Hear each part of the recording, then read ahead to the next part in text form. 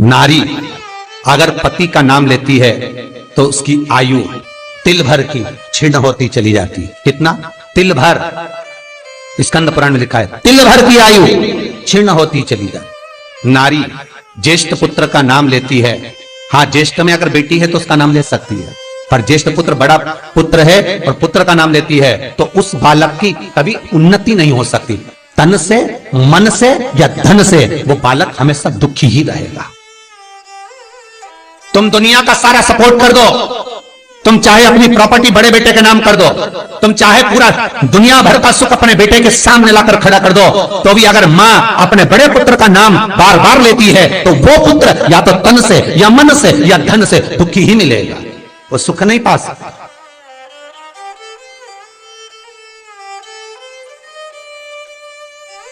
और जिन जिन के घर में बड़ा पुत्र हो और बड़े पुत्र का नाम आप माताएं लेती हो तो उसकी दशा जरूर देख लेना एक बार। हो कथा गलत नहीं कह सकती, स्कंद पुराण कभी गलत नहीं जा सकती।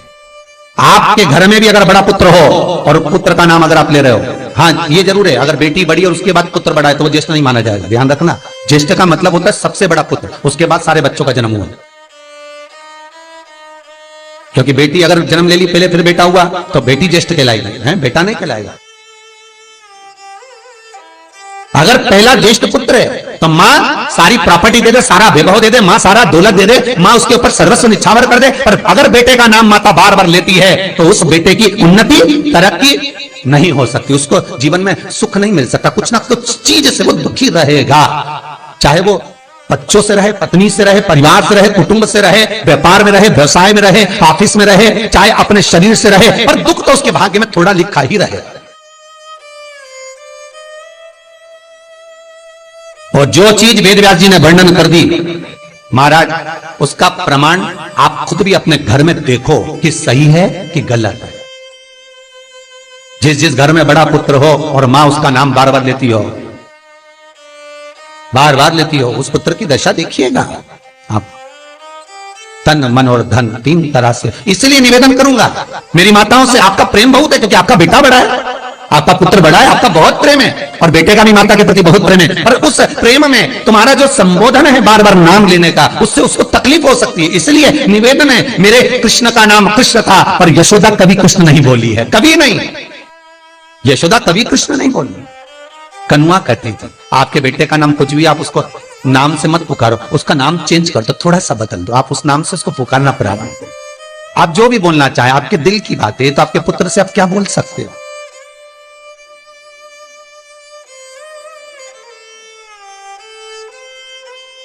मेरी कौशल्या मैया राम को केवल राम ही कहती थी।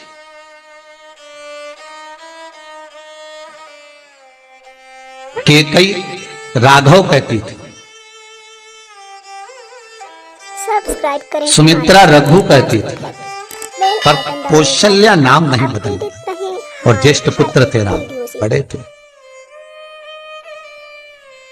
बड़े हुए, वन जाना पड़ा, लौट कर आए, धोबी की वार्ता सुनकर सीता का परित्याग करना पड़ा, समय आया लक्ष्मण का त्याग करना पड़ा, और समय आया तो ये शरीर को ही सरयू में छोड़ना पड़ा।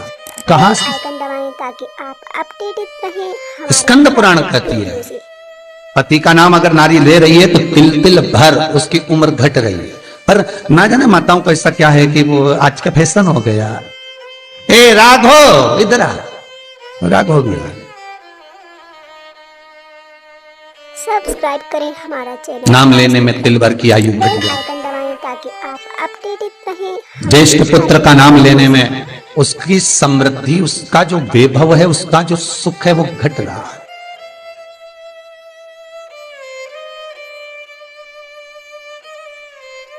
तीसरा, जिस गुरु से गुरु मंत्र लिया है, गुरु दीक्षा ली है, जिस गुरु से आपने गुरु मंत्र का स्मरण किया है, जिस गुरु से आपने गुरु मुख हुए हैं, जिस गुरु से आपने गुरु मंत्र लिया है, आपने अगर मंत्र ले लिया, चार जगह पर बात निकले, कोई पूछ भी ले कि आपने गुरु मंत्र किससे लिया, तो बता दो भैया हम तो वहां गए थे, वहां का जो गुरु जी है उनसे हमने गुरु मंत्र लिया, वही हमारे गुरु है।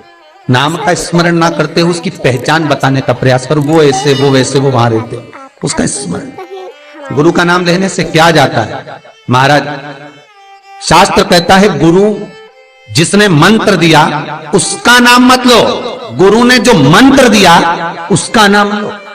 बहुत ध्यान देना महाराज। दुनिया के लोग गुरु का नाम लेकर बैठे हैं, उन गुरु जी से मंत्र लिया था तो उन्हीं का नाम लिया जाए, श्री ये मान जी ये मान जी। अरे क्या नाम लेना, क्या नाम ले? हमें गुरु का नाम नहीं याद करना, हमें गुरु मंत्र याद करना। जो गुरु ने मंत्र दिया उसका स्मरण करना।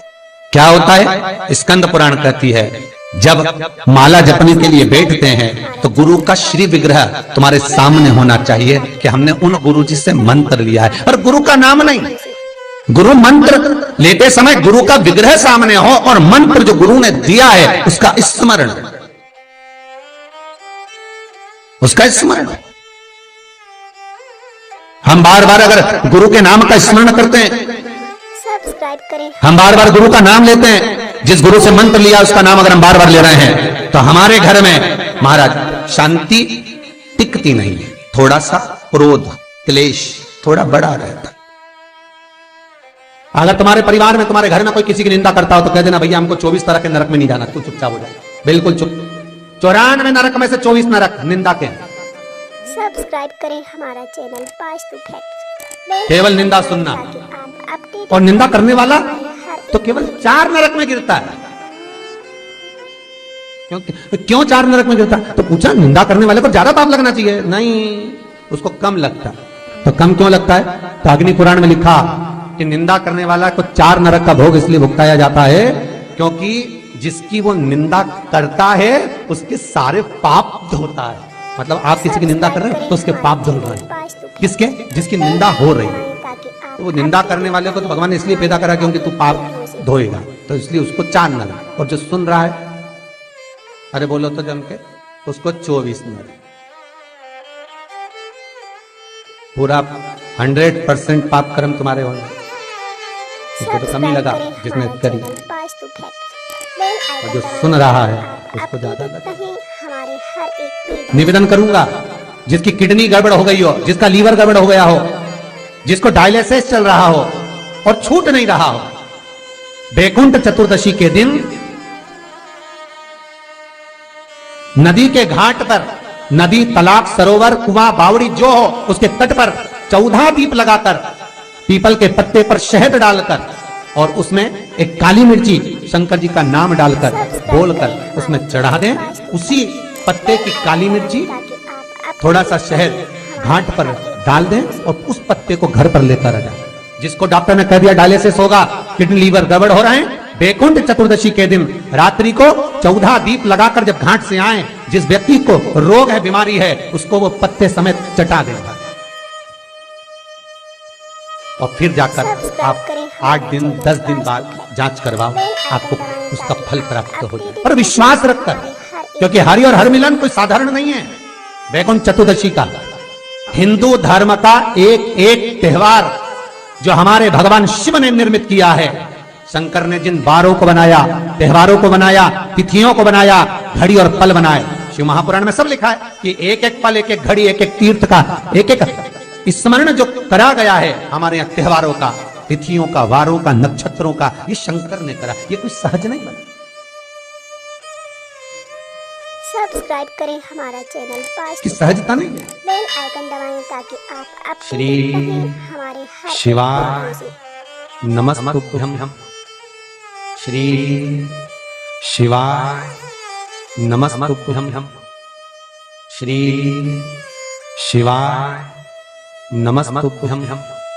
अगर आपको हमारा ये वीडियो पसंद आया तो प्लीज़ एक लाइक बटन दबा दीजिए, हमारे चैनल को सब्सक्राइब कर दीजिए और अपनी दोस्तों के साथ शेयर कर दीजिए।